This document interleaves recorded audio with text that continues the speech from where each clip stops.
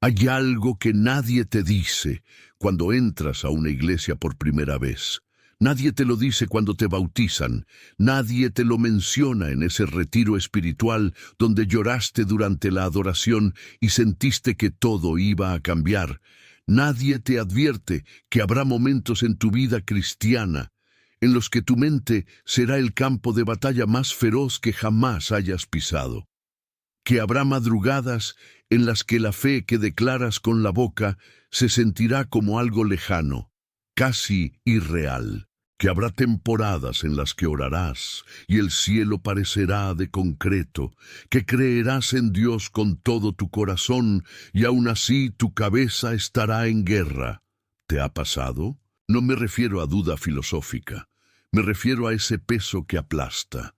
Esa voz interna que repite sin descanso que no eres suficiente, que las cosas no van a mejorar, que quizás Dios está ocupado con alguien más importante. Esa ansiedad que aparece justo cuando más necesitas paz. Esa fatiga mental que no se quita con dormir, porque no viene del cuerpo, viene de adentro y lleva tiempo instalada. Nadie habla de eso y es hora de que alguien lo haga. Pero ¿y si te dijera que la fe genuina, viva, enraizada en la palabra de Dios, no es solo un consuelo emocional para los momentos difíciles? ¿Y si te dijera que la fe es, científica y espiritualmente, el sistema de fortaleza mental más poderoso que un ser humano puede activar? El libro de Isaías, capítulo 26, versículo 3, dice algo que llevo años meditando. Tú guardarás en completa paz a aquel cuyo pensamiento en ti persevera, porque en ti ha confiado. No dice que Dios te dará paz ocasionalmente. No dice que la paz llegará cuando las circunstancias mejoren. Dice completa paz, para aquel cuyo pensamiento persevera en Dios. Eso no es religión superficial, eso es arquitectura mental construida sobre roca.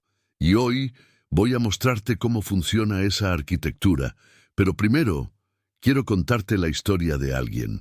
Imagínate a un hombre en el fondo de un pozo, no una metáfora, un pozo real, oscuro, con lodo hasta los pies, abandonado por las personas que más amaba en el mundo, traicionado no por enemigos, sino por su propia sangre, vendido como si su vida no valiera nada, separado de su padre, de su hogar, de todo lo que conocía, llevado a una tierra extraña donde nadie pronunciaba su nombre correctamente y donde era visto como una herramienta, no como un ser humano. Y eso fue solo el comienzo. Después vino el trabajo forzado, la acusación falsa, la cárcel, el olvido, años de silencio, años en los que cualquier mente humana ordinaria habría colapsado bajo el peso de la injusticia acumulada. Años en los que lo más razonable, lo más humano, habría sido rendirse, amargarse, cerrar el corazón, decidir que Dios simplemente no estaba mirando. Pero este hombre no colapsó, no porque fuera de acero, no porque no sintiera el dolor, sino porque había algo dentro de él que ninguna circunstancia podía tocar, una certeza, una conexión, una fe que no dependía de lo que veía con los ojos, sino de lo que sabía en lo más profundo de su ser. Y ese hombre terminó de pie frente a los mismos hermanos que lo habían vendido, no para vengarse, sino para decirles: vosotros pensasteis hacerme mal, pero Dios lo encaminó a bien. Su nombre era José, y su historia no es solo historia, es un mapa de cómo la fe en Dios construye una mente que no se rompe. Antes de seguir, necesito pedirte algo. Si este mensaje ya empezó a moverse en tu interior desde estas primeras palabras, si algo de lo que dijiste resonó en un lugar que normalmente mantienes cerrado, suscríbete a este canal y activa la campanita. No lo hagas solo por nosotros. Hazlo porque quieres que Dios siga hablándote a través de estos mensajes. Y escribe ahora mismo en los comentarios: hoy decido pelear por mi mente con la fe. Esa declaración que escribas hoy no es poca cosa.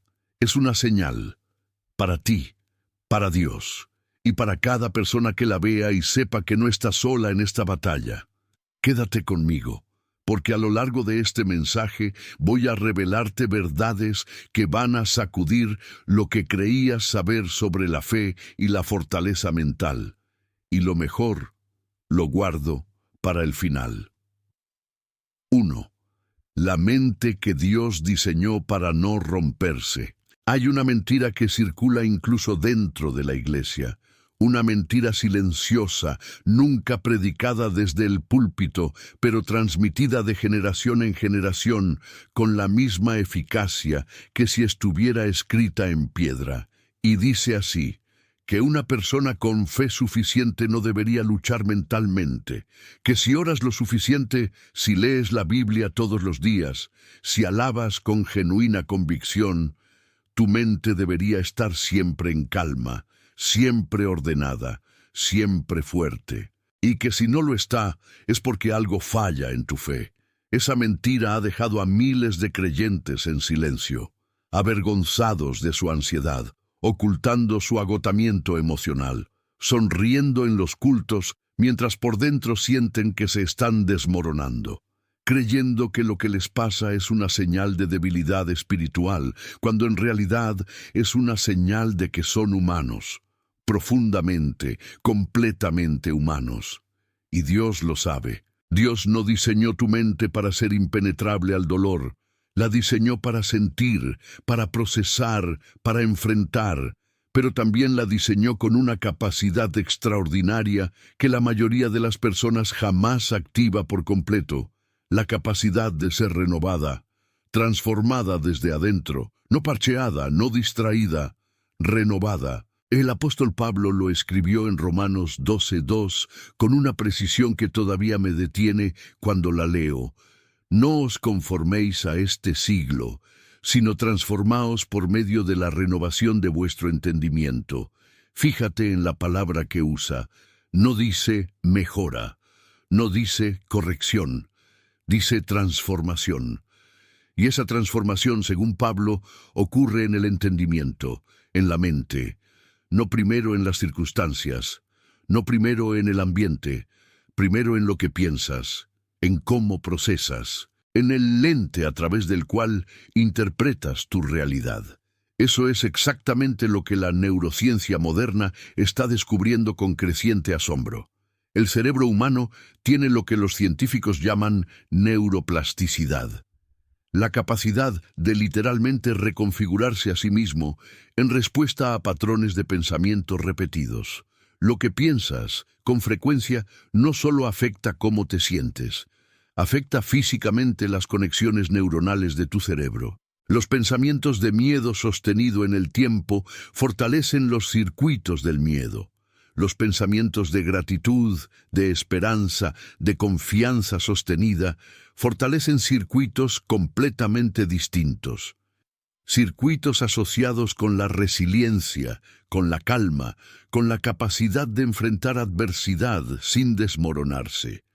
Pablo escribió eso 2000 años antes de que existiera un escáner cerebral.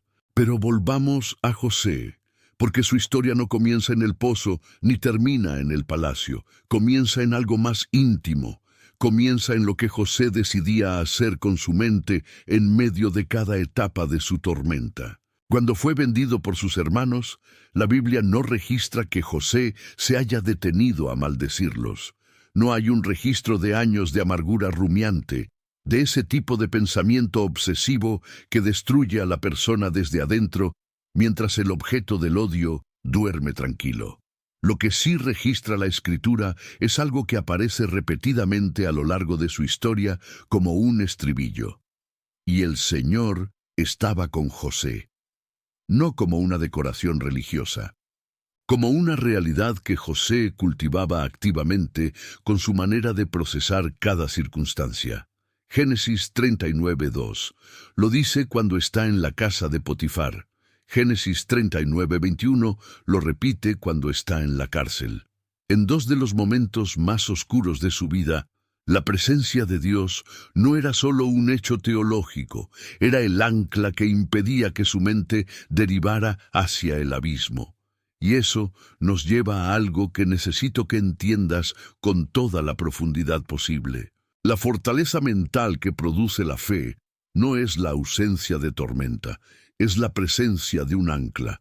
Es la diferencia entre una mente que flota a la deriva en medio del caos y una mente que, aunque es sacudida, sabe exactamente a qué está sujeta. José no tenía control sobre lo que le pasaba. No podía cambiar la traición de sus hermanos. No podía borrar la acusación falsa de la esposa de Potifar. No podía abrir las puertas de la cárcel con su propia fuerza.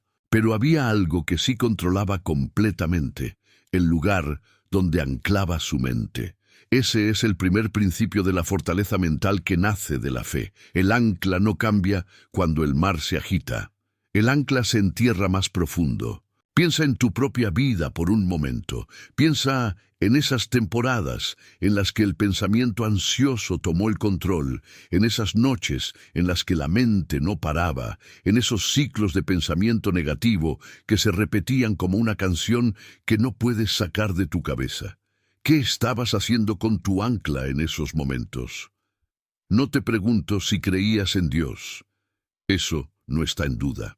Te pregunto si en esos momentos tu pensamiento estaba anclado en su carácter, en su fidelidad, en su presencia, o estaba suelto, navegando entre las olas de lo que podrías perder, de lo que salió mal, de lo que todavía no tiene solución. La diferencia entre esas dos posiciones mentales no es pequeña, es abismal, y no es un asunto de fuerza de voluntad.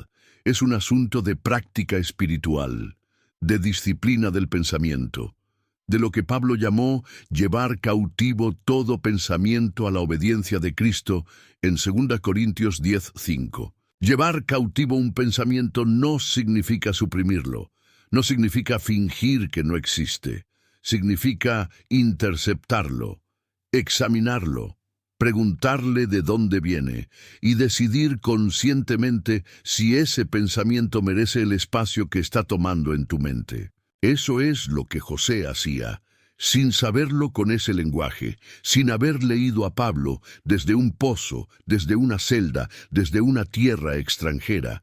Interceptaba la narrativa del abandono y la reemplazaba con la narrativa de la presencia de Dios, una y otra vez, hasta que esa práctica se convirtió en la estructura misma de su mente, y esa estructura fue exactamente lo que lo preparó para el momento en que todo cambió. Porque la mente que no se rompe en la oscuridad es la misma que no se marea en la cima. La fortaleza mental que construye la fe no aparece de repente en el momento de la crisis. Se forja antes. Se forja en los días ordinarios, en las decisiones pequeñas, en los hábitos del pensamiento que nadie ve, pero que Dios conoce con exactitud. José no llegó al palacio con una mente sólida porque el palacio lo fortaleció. Llegó con una mente sólida porque el pozo, la esclavitud y la cárcel no lograron destruirla. Y eso no fue accidente. Fue el resultado acumulado de cada momento en que eligió anclar su pensamiento en Dios en lugar de dejarlo naufragar en la desesperanza. Pero hay algo en esta historia que generalmente se pasa por alto. Algo que me parece uno de los detalles más poderosos de toda la narrativa de José.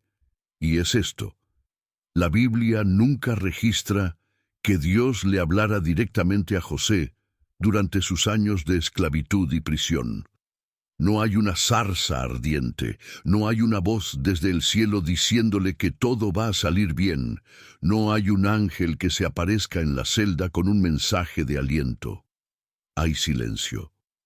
Hay años de silencio divino aparente. Y en medio de ese silencio, José siguió siendo fiel, siguió siendo íntegro, siguió eligiendo la misma postura mental. ¿Sabes lo que eso significa para ti? Significa que la fortaleza mental que Dios quiere construir en ti no requiere que Él te explique cada paso del proceso.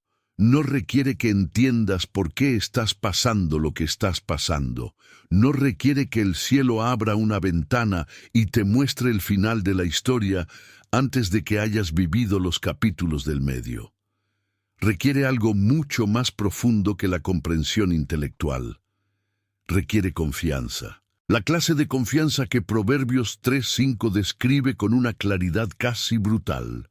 Confía en el Señor con todo tu corazón y no te apoyes en tu propia prudencia. No te apoyes en tu propia prudencia. Esa frase es incómoda porque vivimos en una cultura que glorifica el análisis, que premia al que tiene todas las respuestas, que ve la incertidumbre como un problema que resolver en lugar de un espacio donde la fe puede crecer. Y muchas veces llevamos esa misma mentalidad a nuestra vida espiritual. Queremos entender antes de confiar. Queremos ver antes de creer.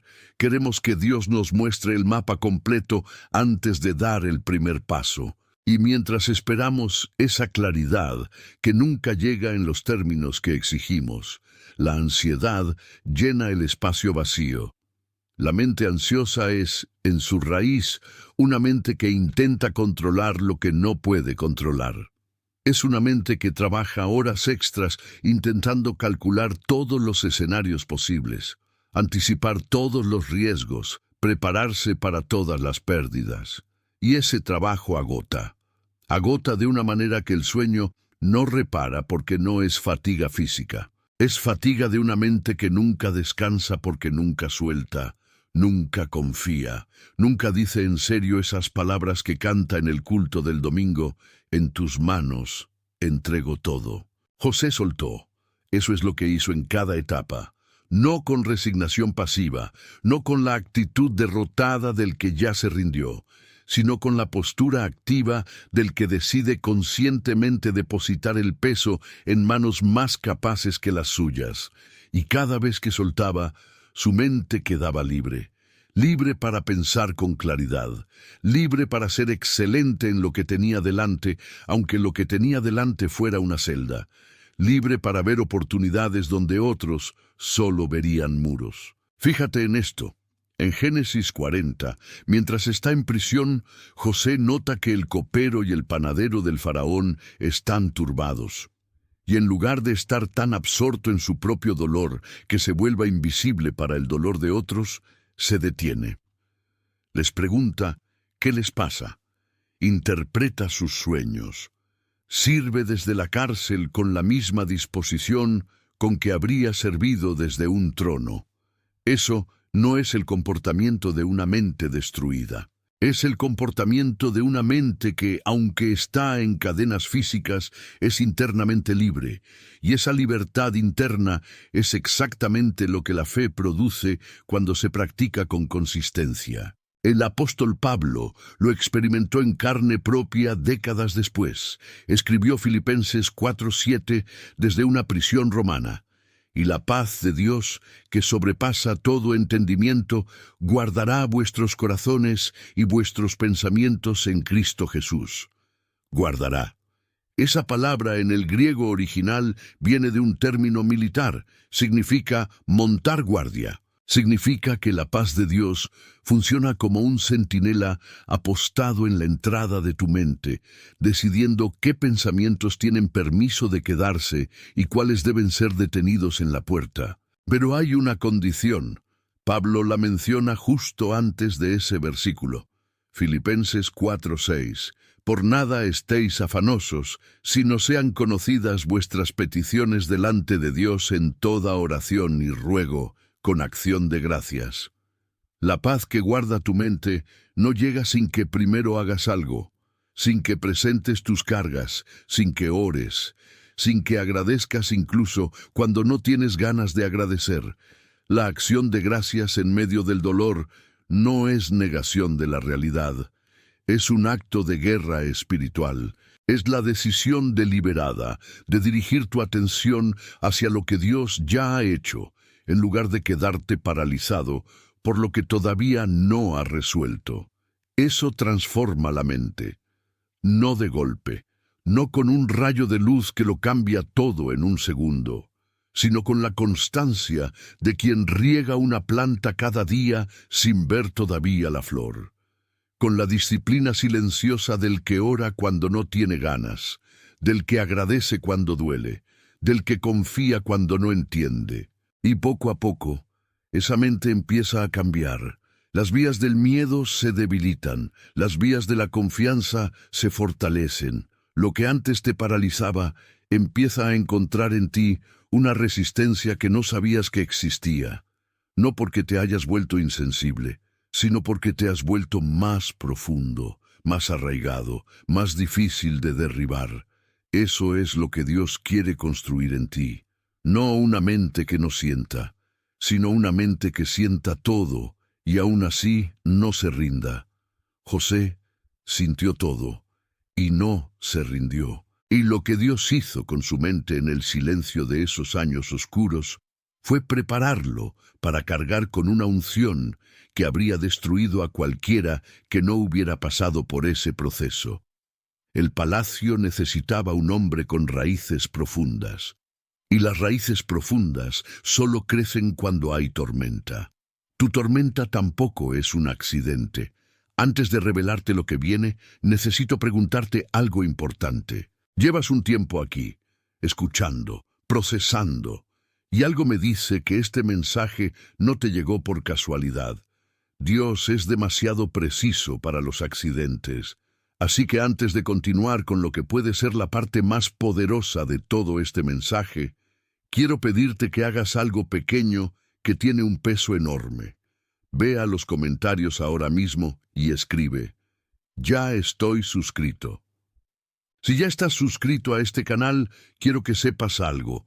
Esa decisión que tomaste, por pequeña que parezca, es una forma de decirle a Dios que quieres seguir creciendo, que no te conformas con quedarte donde estás espiritualmente, que cuando Él pone algo delante de ti que puede edificarte, dices que sí.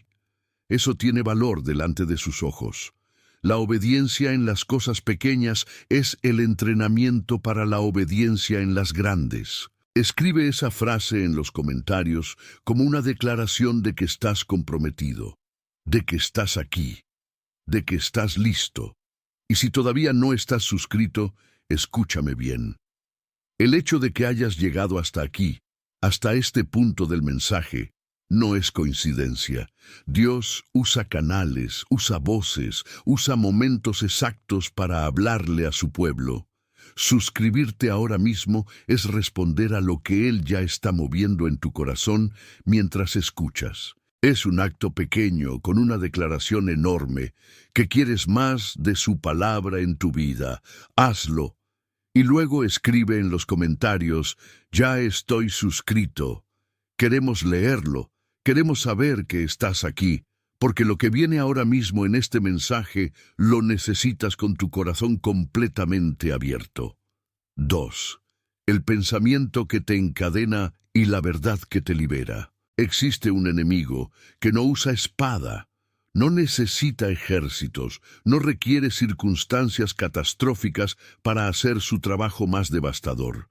Su campo de operaciones favorito es silencioso, invisible, íntimo, y lo tienes contigo a todas horas, en todo lugar, sin posibilidad de escapar de él físicamente, porque ese campo de batalla es tu mente, y su arma principal no es el miedo externo, es la mentira interna. La voz que habla con tu propio acento, que usa tus propias palabras, que conoce exactamente qué herida tocar y en qué momento tocarla para producir el mayor daño posible.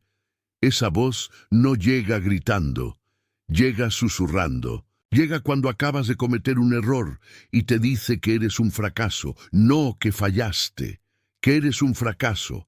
Esa diferencia de una sola palabra lo cambia todo. Porque un error se puede corregir, pero si lo que eres es un fracaso, entonces no hay corrección posible, solo hay resignación.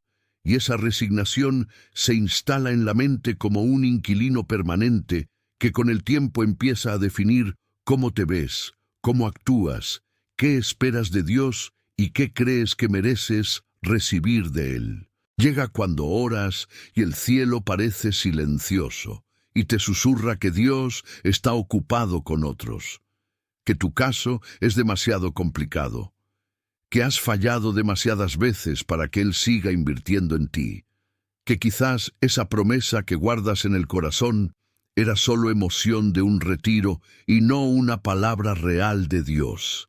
Llega cuando ves a otros avanzar y tú sigues en el mismo lugar y te dice que el favor de Dios es para algunos, pero claramente no para ti.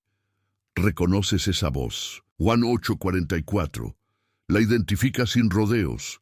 Jesús habla del diablo y dice que es mentiroso y padre de mentira. No dice que a veces miente.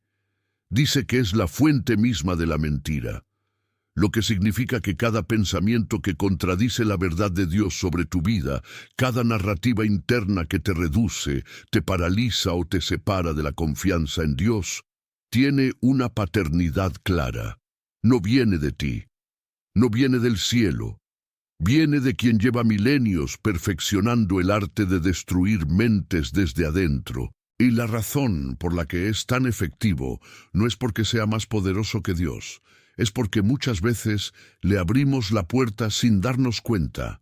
Le damos acceso al no distinguir entre un pensamiento que viene de Él y un pensamiento que viene de nuestra propia mente herida o de su influencia directa.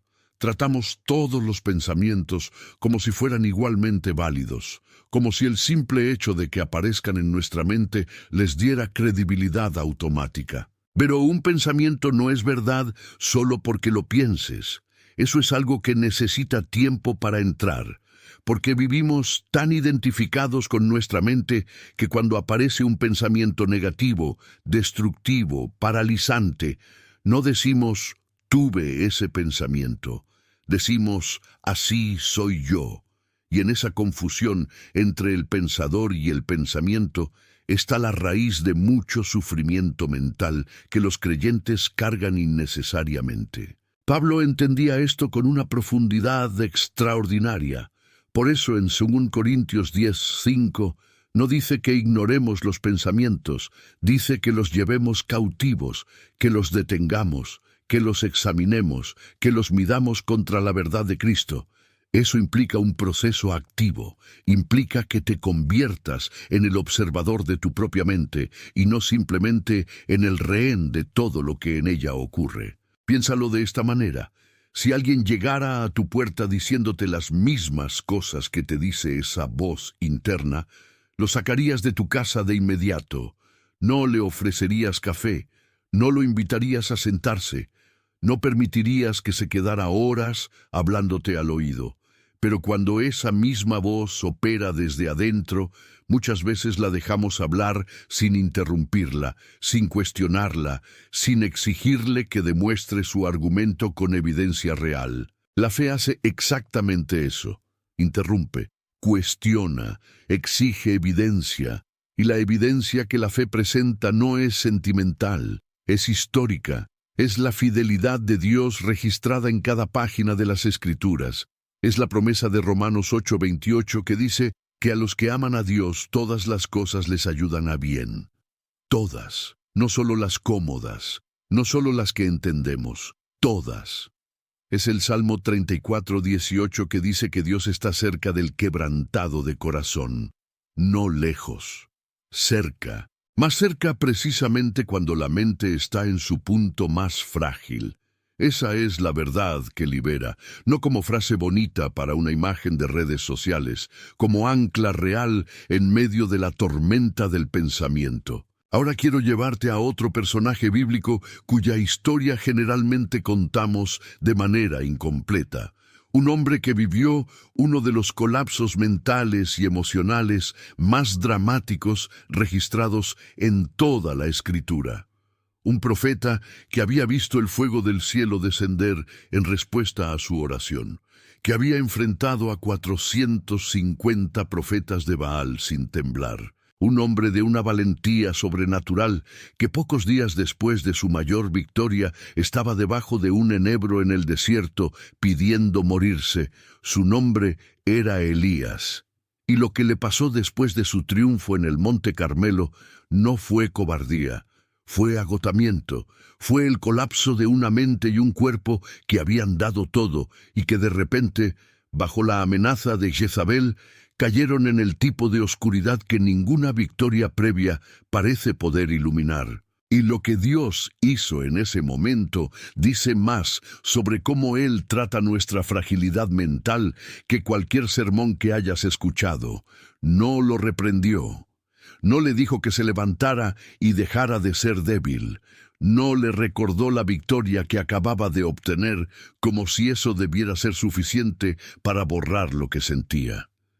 Primero lo dejó dormir, luego le envió comida, luego lo dejó dormir de nuevo. Y solo después, cuando el cuerpo tuvo lo que necesitaba, comenzó el proceso de sanar lo que había dentro. Dios trató el agotamiento físico antes de hablar al alma.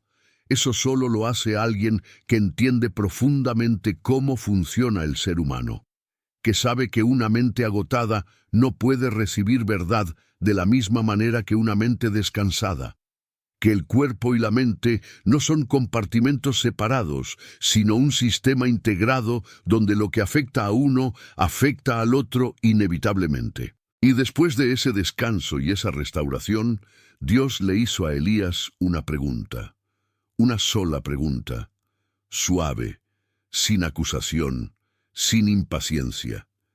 ¿Qué haces aquí, Elías? No era una pregunta de reproche.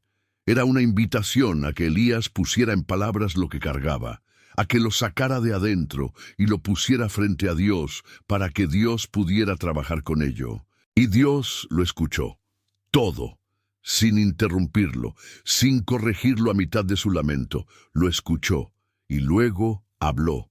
No en el viento fuerte, no en el terremoto, no en el fuego, en una voz quieta y delicada. Esa voz quieta es la que la fe te entrena para escuchar, en medio del ruido de tus propios pensamientos, en medio de la tormenta mental. Hay una voz que no grita porque no necesita gritar, pero necesitas una mente lo suficientemente quieta para percibirla. Y esa quietud no es ausencia de problemas, es la presencia de Dios en medio de ellos. La historia de Elías no termina debajo del enebro. Ese es el detalle que cambia todo, porque si la historia terminara ahí, tendríamos una narrativa de derrota, un profeta grande que colapsó y nunca volvió a levantarse. Pero la escritura no termina ahí, y eso no es un detalle menor, es el corazón mismo del mensaje. Elías se levantó, comió, caminó, y en 1 Reyes 19:15 Dios le dio una nueva misión. Le habló de reyes que ungir, de sucesores que preparar, de trabajo que todavía quedaba por hacer. Dios no jubiló a Elías después de su colapso, lo restauró. Y la restauración no fue solo emocional, fue funcional. Lo devolvió al propósito con una claridad renovada que no habría sido posible sin haber pasado por el fondo. Esto es algo que necesita entrar profundamente en tu manera de interpretar tus propias temporadas oscuras. El fondo no es el final de tu historia.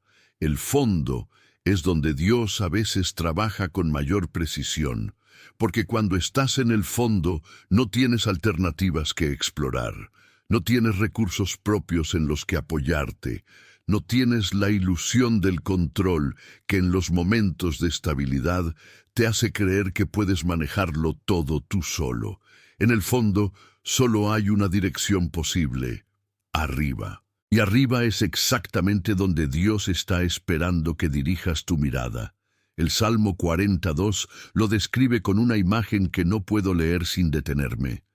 Me sacó del pozo de la desesperación, del lodo y del pantano. Puso mis pies sobre una roca y me dio un lugar firme en que apoyarme. David escribió eso desde la experiencia personal, no como teología abstracta, como testimonio. Como el relato de alguien que estuvo en el lodo, que sintió que se hundía, que conoció la sensación de que el terreno bajo sus pies no era sólido y que puede decir con convicción absoluta que Dios metió la mano y lo sacó. Pero observa algo en ese versículo que es fácil pasar por alto. Dice que Dios puso sus pies sobre una roca.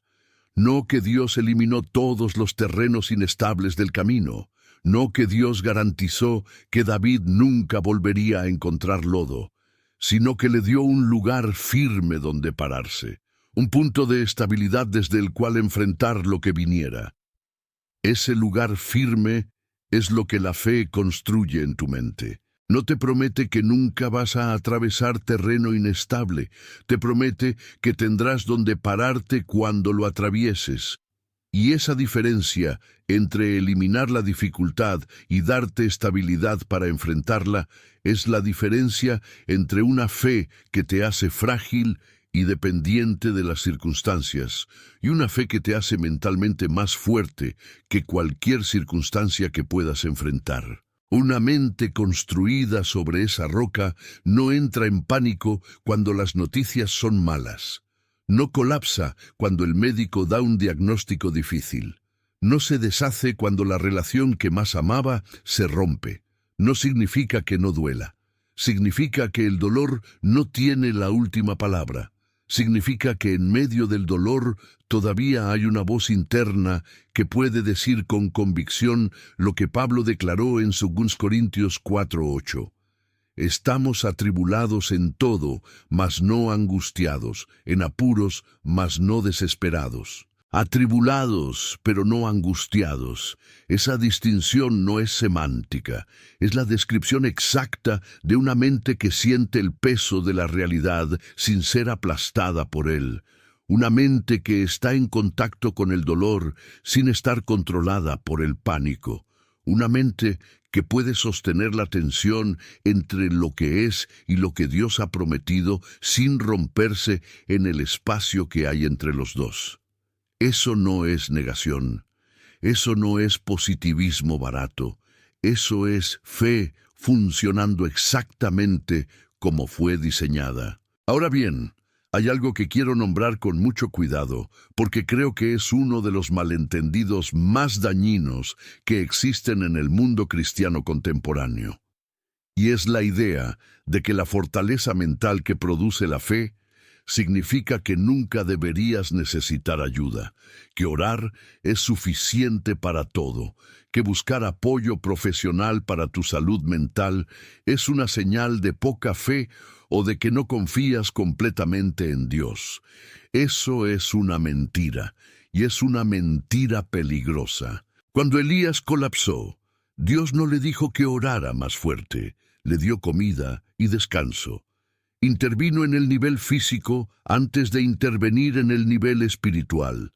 Dios mismo modeló un principio que muchos creyentes se niegan a aceptar, que somos seres integrados y que cuidar la mente a veces requiere recursos que van más allá de la oración individual, no en lugar de la oración, junto a ella. Buscar ayuda cuando tu mente está en crisis no es falta de fe. Es sabiduría, es hacer con tu salud mental lo mismo que harías con una pierna rota. Nadie se sienta con una pierna fracturada a orar para que se suelde sola sin ir al médico. Nadie lo llama falta de fe. Pero cuando se trata de la mente, de alguna manera hemos construido un estándar diferente que solo produce vergüenza y silencio donde debería haber sanidad y apoyo. Dios te creó con una mente, y esa mente merece cuidado, merece atención, merece que la trates con la misma seriedad con que tratarías cualquier otra parte de tu cuerpo que está sufriendo. La fe y el cuidado de la salud mental no son opuestos, son aliados. Y cuando los dos trabajan juntos, cuando la oración, la palabra, la comunidad de fe y el apoyo profesional, cuando es necesario, se combinan, el resultado es una mente que no solo sobrevive sus temporadas oscuras, es una mente que emerge de ellas más profunda, más compasiva, más sabia y más capaz de ser un instrumento en las manos de Dios que antes de entrar en el proceso. Elías salió del desierto siendo el mismo profeta, pero con algo nuevo en su interior, una quietud, una perspectiva. Una capacidad de escuchar la voz delicada que no había podido escuchar antes del colapso porque había demasiado ruido. Y esa versión de Elías La que salió del fondo restaurada fue la que pudo ungir a Eliseo y transferirle una unción doble. Lo que Dios saca de ti en el proceso de restauración mental puede ser exactamente lo que necesita para entrar en su siguiente etapa a través de ti. Tu quebranto no es un obstáculo para el propósito de Dios. Puede ser la puerta de acceso más directa que Él tenga hacia las personas que más necesitan lo que solo tú puedes darles, habiendo pasado por donde pasaste. No desperdicies tu proceso. No te apresures a salir de él antes de haber recibido lo que hay en él para ti. Hay una palabra en el idioma griego del Nuevo Testamento que los traductores generalmente vierten al español como renovar. La palabra es anakainosis, y aunque la traducción es correcta, pierde algo en el camino. Porque en el griego original esa palabra no describe un retoque superficial, no describe pintar sobre lo viejo para que parezca nuevo. Describe una transformación que opera desde el núcleo hacia afuera. Una renovación que comienza en la parte más profunda de algo y trabaja hacia la superficie, hasta que lo que era viejo ya no es reconocible en lo que es nuevo. Pablo usa exactamente esa palabra en Romanos 12:2, cuando habla de la renovación del entendimiento. No está hablando de mejorar tus hábitos de pensamiento. Está hablando de una transformación tan profunda que la manera en que procesas la realidad, la manera en que interpretas lo que te pasa, la manera en que respondes al miedo, al dolor, a la incertidumbre, llega a ser fundamentalmente diferente de lo que era antes. No un ajuste, una transformación. Y esa transformación tiene un agente específico. No es la disciplina personal, aunque la disciplina juega su papel. No es el tiempo, aunque el tiempo es necesario. El agente primario de esa renovación es la palabra de Dios entrando en la mente con consistencia, con profundidad, con la disposición genuina de dejar que lo que dice cambie lo que piensas, aunque contradiga lo que sientes. Eso es lo que quiero explorar contigo ahora, con toda la profundidad que merece. Porque hay una diferencia enorme entre leer la Biblia y dejar que la Biblia te lea a ti, entre pasar los ojos por un texto y permitir que ese texto pase por tu interior y toque lo que necesita ser tocado, entre conocer versículos de memoria y vivir desde la realidad que esos versículos describen.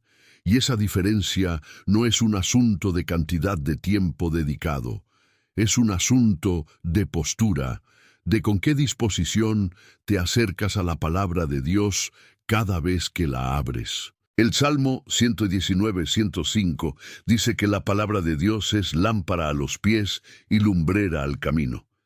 Esa imagen es más rica de lo que parece a primera vista.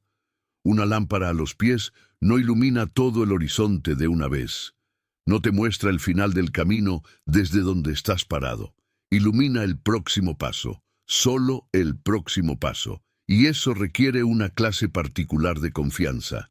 La confianza de que si das el paso que puedes ver, habrá luz para el siguiente, y para el siguiente, y para el siguiente después de ese. Una mente que ha sido renovada por la palabra de Dios aprende a operar en esa lógica. Deja de exigir claridad total antes de moverse. Aprende a confiar en la luz suficiente para el paso presente, y eso reduce de manera radical la ansiedad que viene de intentar calcular todo un futuro que todavía no existe. Pero hay algo más que quiero mostrarte en la manera en que la palabra de Dios transforma la mente.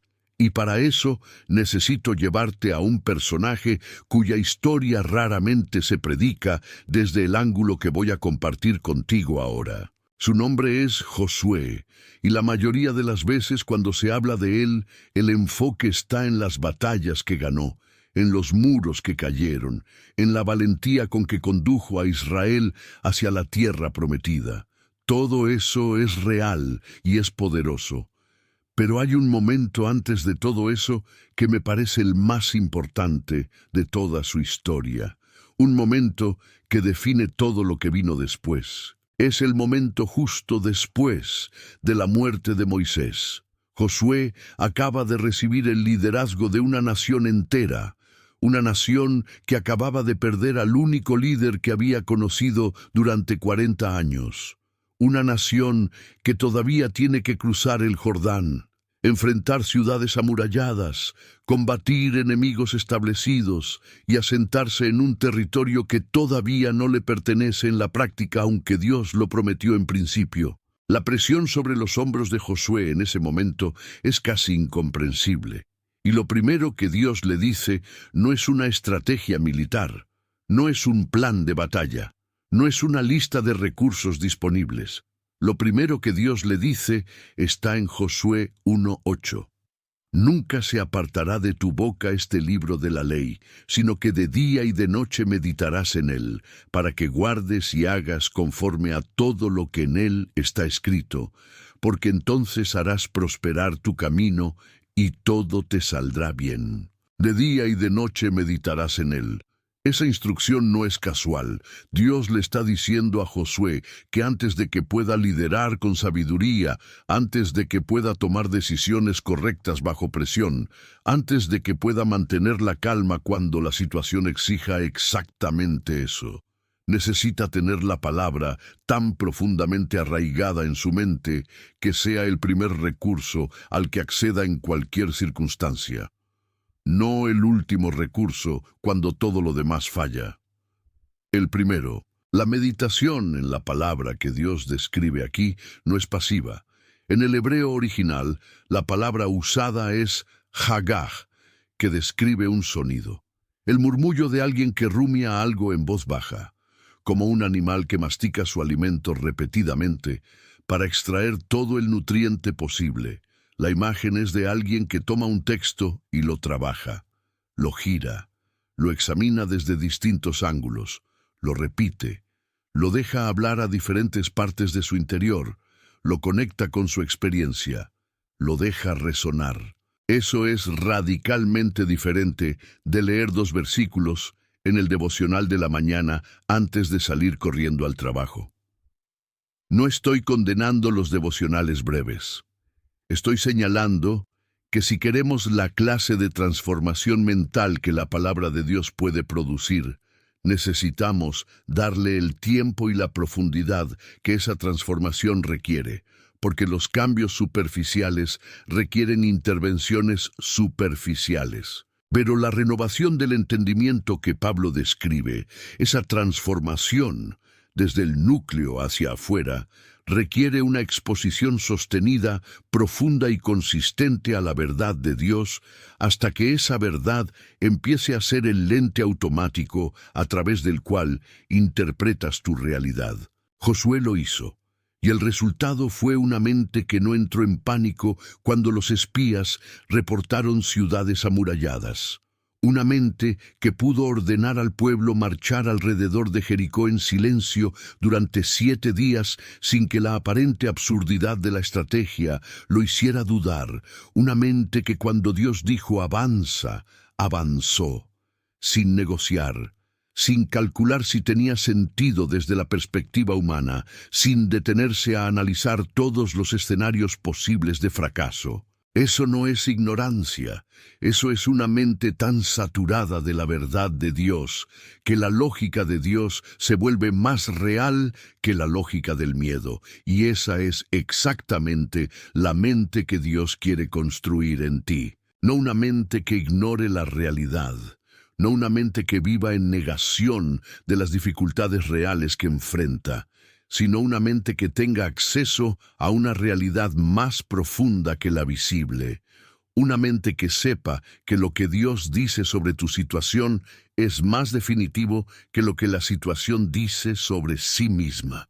Esa clase de mente no se construye en un día, se construye en la acumulación de días donde eliges consistentemente volver a la palabra, donde cuando el miedo habla, tú buscas lo que Dios dice sobre ese miedo, donde cuando la duda aparece, tú encuentras en las Escrituras el testimonio de alguien que atravesó esa misma duda y salió al otro lado con la fe intacta, donde cuando la voz del enemigo susurra sus mentiras, tú tienes a mano la verdad que las desmiente. Esa consistencia es la que transforma, lenta, profunda, permanentemente, y lo que emerge de ese proceso no es una persona diferente, es la mejor versión de quien siempre fuiste, la versión que Dios vio desde antes de que nacieras, la versión que el miedo, la herida y la mentira habían cubierto con capas de duda y limitación.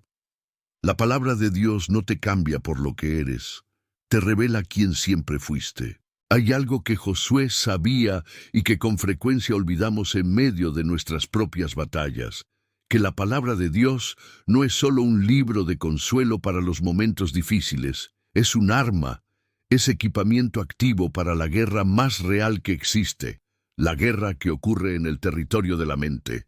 Efesios 6 describe esa guerra con una precisión que no deja espacio para la ingenuidad. Pablo dice que no luchamos contra sangre ni carne, que nuestros adversarios son principados, potestades, huestes espirituales de maldad. Y en medio de esa descripción del conflicto espiritual, cuando habla de toda la armadura de Dios, hay una sola arma ofensiva en la lista, una sola, la espada del Espíritu, que es la palabra de Dios. Todo lo demás en esa armadura es defensivo. El cinturón, el escudo, el yelmo, la coraza, todo protege, pero la espada ataca, la espada avanza, la espada corta lo que necesita ser cortado. Y Jesús mismo modeló cómo se usa esa espada en el momento de mayor presión mental y espiritual que cualquier ser humano haya enfrentado jamás. En Mateo 4, cuando el diablo lo tentó en el desierto, después de 40 días de ayuno, cuando su cuerpo estaba en el punto más vulnerable físicamente posible, Jesús no respondió con argumentos filosóficos, no respondió con su propia opinión, no negoció. Cada vez que el enemigo habló, Jesús respondió con exactamente las mismas 3 palabras. Escrito está. Escrito está. Esa es la postura de una mente que ha sido tan saturada por la verdad de Dios que en el momento de mayor presión no busca qué decir. Ya lo sabe, ya lo tiene. La respuesta no viene de un esfuerzo desesperado en el momento de la crisis. Viene de lo que fue depositado en la quietud de los días ordinarios. Eso cambia completamente la manera en que deberías ver tu tiempo en la palabra. No es solo formación espiritual para crecer como creyente. Es entrenamiento mental para los momentos en que el enemigo llegue con su argumento más convincente y necesites tener algo más poderoso que tu propia fuerza para responderle. Josué tenía eso. Lo construyó en los años en que fue asistente de Moisés antes de ser líder, en los años silenciosos, donde nadie lo observaba, pero donde él observaba, aprendía, absorbía. Cuando llegó el momento de liderar, no tuvo que construir su fundamento en medio de la tormenta. Ya estaba construido. La palabra que había meditado de día y de noche era la misma que sostenía su mente cuando Jericó aparecía imponente en el horizonte. Y aquí está la verdad que quiero que lleves contigo de este tópico. La fortaleza mental que buscas no se construye en la crisis, se construye antes de ella. En los momentos donde podrías estar haciendo cualquier otra cosa, y eliges en cambio sentarte con la palabra. En los momentos donde podrías distraerte y en cambio eliges meditar. En los momentos donde el ruido del mundo ofrece 1000 alternativas y tú eliges el silencio donde la voz de Dios puede hablar. Esa elección repetida día tras día, semana tras semana, va depositando en tu mente un arsenal, una reserva de verdad que estará disponible exactamente cuando más la necesites. Cuando la ansiedad llegue a medianoche, cuando el diagnóstico llegue sin aviso, cuando la traición llegue desde donde menos la esperabas. En ese momento no tendrás que buscar fortaleza. La fortaleza ya estará en ti, porque la palabra que habitó en ti con fidelidad en los días ordinarios será el ancla que te sostenga en los días extraordinariamente difíciles. Josué cruzó el Jordán, derribó los muros, no porque fuera el más valiente, sino porque su mente estaba construida sobre algo que ningún muro podía intimidar. La tuya puede estarlo también. Existe un tipo de paz que el mundo no puede explicar, no la que viene cuando los problemas desaparecen, no la que llega cuando el banco tiene suficiente, cuando la salud es perfecta, cuando todas las relaciones están en orden. Esa clase de paz cualquiera la entiende. No requiere fe, no requiere a Dios, requiere simplemente que las circunstancias cooperen. La paz que quiero hablarte ahora es diferente. Es la que aparece precisamente cuando las circunstancias no cooperan, cuando el diagnóstico es malo, cuando la cuenta está en cero, cuando la persona que amabas se fue, cuando el futuro que habías planeado ya no existe. Es la paz que habita en medio del caos y que no tiene explicación racional. La que deja a las personas a tu alrededor mirándote y preguntándose cómo es posible que estés de pie. Pablo la llama en Filipenses 4:7, la paz que sobrepasa todo entendimiento, y esa descripción no es poética, es literal. Es una paz que supera la capacidad del intelecto humano de comprenderla o producirla. Ningún sistema de pensamiento la genera, ninguna técnica de manejo del estrés la fabrica, ninguna filosofía la sostiene cuando la presión es suficientemente alta. Solo tiene una fuente, y esa fuente es Dios mismo habitando activamente en una mente rendida a Él. Pero quiero llevarte a una historia que ilustra esto de una manera que pocas veces he visto enseñada con el ángulo que merece. Una historia que ocurre en el Nuevo Testamento, en un momento de crisis colectiva, con un protagonista que duerme mientras todos a su alrededor están convencidos de que van a morir. El barco está en medio de una tormenta violenta. Los marineros, hombres que conocen el mar, hombres que han navegado tormentas antes, están aterrorizados. El viento es tan fuerte que las velas no sirven. Las olas golpean con una fuerza que amenaza la estructura misma de la embarcación. El pánico se ha instalado en cada rincón del barco, y en medio de todo ese caos, en la parte más baja de la nave, hay un hombre dormido. No ligeramente dormido, profundamente dormido, tan dormido que hay que sacudirlo para despertarlo. Su nombre era Pablo, y estaba en ese barco como prisionero, rumbo a Roma para ser juzgado ante el César, sin libertad, sin control sobre su destino inmediato, sin ninguna garantía humana de que saldría vivo de esa situación. Y dormía. Hechos 27 narra esa historia, y hay un momento en el que Pablo se levanta y le habla a toda la tripulación, no para calmarlos con palabras vacías, no para decirles que todo iba a estar bien sin tener fundamento para afirmarlo, sino para decirles que esa misma noche un ángel del Dios a quien pertenecía y a quien servía se le había aparecido y le había dicho que no tuviera miedo, que llegarían a Roma, que nadie perdería la vida aunque el barco se perdiera. Y entonces dijo algo que me detiene cada vez que lo leo.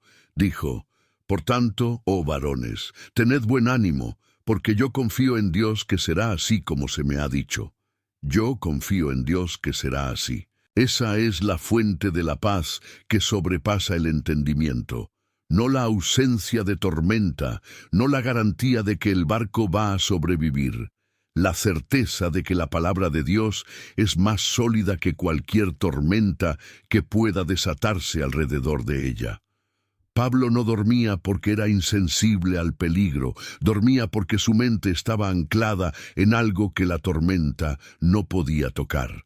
Y esa es exactamente la diferencia entre una mente construida sobre la roca y una mente construida sobre arena. Cuando la tormenta llega, las dos la sienten. Las dos reciben el impacto. Las dos son sacudidas.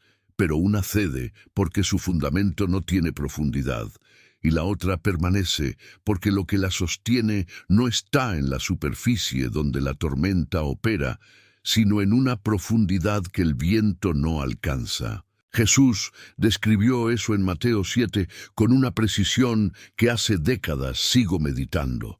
Habló del hombre que edificó su casa sobre la roca. Y la descripción que da de ese hombre no es que era más inteligente que el otro, no es que tenía más recursos. La única diferencia es que oyó las palabras de Jesús y las puso en práctica. Oyó y obedeció. Eso es todo. Esa es la roca. No el conocimiento de la palabra, la práctica de la palabra. La obediencia cotidiana a lo que Dios dice, aunque no siempre tenga sentido inmediato desde la perspectiva humana, porque hay una brecha peligrosa que existe en muchas vidas cristianas, la brecha entre lo que se sabe y lo que se vive, entre los versículos que se pueden recitar de memoria y la realidad que esos versículos describen siendo experimentada en la vida diaria. Esa brecha es donde la ansiedad prospera, donde el miedo encuentra espacio, donde la mente que debería estar en paz se encuentra en guerra consigo misma, porque hay una contradicción entre lo que declara creer y lo que realmente experimenta. Cerrar esa brecha no es un acto de voluntad pura, es un proceso de alineación progresiva entre la verdad que conoces y la vida que construyes. Es elegir cada día, en cada decisión pequeña y grande, actuar como si lo que Dios dice fuera más real que lo que las circunstancias sugieren. Y con cada elección de ese tipo, la brecha se cierra un poco más. La fe se vuelve un poco más viva. La paz se vuelve un poco más consistente. Y la mente se vuelve un poco más difícil de sacudir. Pablo llegó a Roma. El barco se perdió exactamente como Dios había dicho. Pero no se perdió ninguna vida. La palabra de Dios se cumplió con exactitud milimétrica en medio de una de las tormentas más violentas registradas en ese texto. Y tu historia tiene el mismo autor. Lo que Dios dijo sobre tu vida no cambia porque la tormenta sea fuerte. No cambia porque el barco cruja, no cambia porque todos a tu alrededor estén convencidos de que esto no tiene solución. Lo que Dios dijo sobre ti fue dicho desde la eternidad, y ninguna circunstancia temporal tiene autoridad para anularlo. Esa certeza es la que produce paz en medio del caos. Esa certeza es la que permite dormir cuando la tormenta ruge. Esa certeza es la arquitectura de una mente que no se rompe porque no está construida sobre lo que puede cambiar, sino sobre aquel que nunca cambia. Isaías 48 lo dice con una brevedad que tiene el peso de toda la eternidad. La hierba se seca y la flor se marchita, pero la palabra de nuestro Dios permanece para siempre. Para siempre. No hasta que la tormenta sea demasiado grande, no hasta que la situación sea demasiado complicada, para siempre. Y una mente que vive desde esa verdad no es una mente perfecta, es una mente que tiene acceso a un fundamento perfecto, y eso hace toda la diferencia. Hemos recorrido un camino largo juntos en este mensaje. Hemos hablado de José en el pozo, de Elías debajo del enebro, de Josué meditando la palabra de día y de noche, de Pablo durmiendo en medio de la tormenta. Y si hay algo que une a todos esos hombres, una sola verdad que atraviesa cada una de sus historias como un hilo de oro, es esta: ninguno de ellos tuvo una vida sin tormenta, pero todos tuvieron una mente anclada en Dios. Y esa mente fue exactamente lo que los hizo irrompibles. No invulnerables, irrompibles. Hay una diferencia enorme entre las dos palabras. Invulnerable es el que nunca es tocado. Irrompible es el que es tocado, sacudido, golpeado, y aún así permanece en pie, no porque sea de acero, sino porque lo que lo sostiene es más grande que todo lo que intenta derribarlo. Y eso es lo que Dios quiere para ti. No una vida sin dolor, una mente que no se rinda en medio de él. Ahora quiero preguntarte algo directamente, algo que solo tú puedes responder con honestidad. ¿Cómo está tu mente hoy? No tu vida en general. Tu mente, ese espacio interior donde nadie más entra, donde las voces hablan cuando todo está en silencio, donde el miedo tiene sus conversaciones más largas contigo, está anclada, está en paz, o está navegando a la deriva en medio de pensamientos que la agotan sin llevarte a ningún lugar real. Si la respuesta es lo segundo, este mensaje no fue un accidente en tu día, fue una invitación a comenzar hoy mismo el proceso de construir la mente que Dios siempre quiso que tuvieras. No mañana, no cuando las circunstancias mejoren. Hoy. Porque el mejor momento para anclar una mente no es cuando el mar está en calma, es ahora, mientras todavía hay oleaje. La fe no es un sentimiento que esperas que llegue, es una decisión que tomas antes de que llegue el sentimiento. Es decirle a Dios en medio de la oscuridad lo mismo que le dijo el padre del muchacho endemoniado a Jesús en Marcos 9:24. Con una honestidad que me conmueve cada vez que la leo. Creo, ayuda mi incredulidad. Eso no es fe perfecta, es fe real.